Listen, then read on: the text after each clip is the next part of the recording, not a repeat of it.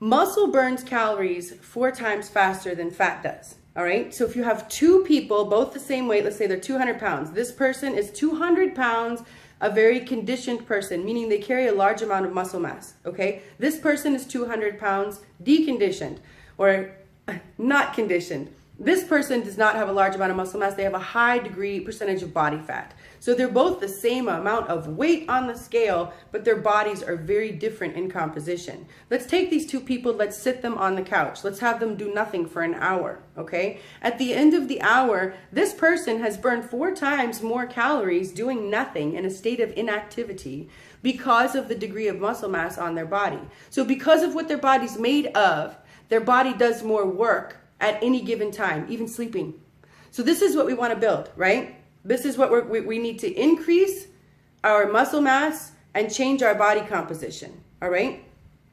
The next bit of information I want to give you is, and this is a generalization, another metaphor, and again, a total generalization, but just to illustrate my point in its extremes, if you take average Jane and average Joe and you send them on I was going to say to the gym, but you don't have to go to the gym to do a physical training program. You send them into a physical fitness program. Most often, Jane is going to do cardio and Joe is going to lift weights. So we have Jane doing tons of cardio. We have Joe lifting weights, all right? Now, let's look at them in a month. Let's look at them in 6 months. Let's look at them in a year, and let's look at their results. And what we see, again, a generalization at the extreme to illustrate my point, but Jane will have come down a few sizes. Like, let's say she went from a size 16 to a size 12, but she's still squishy in all the same places, right? She's just a smaller version of what she already was because she didn't change her body composition at all. She did cardio, she burned a lot of calories, she increased her physical activity, she altered the intake to output ratio, the amount she's taking in to the amount she's putting out,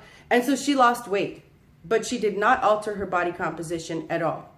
So in order for Jane to continue to retain benefits from her strictly cardio program, she's going to have to keep doing more and more cardio all the time in order to continue to burn more calories because her body gets acclimated and her body gets used to it, and she won't get those.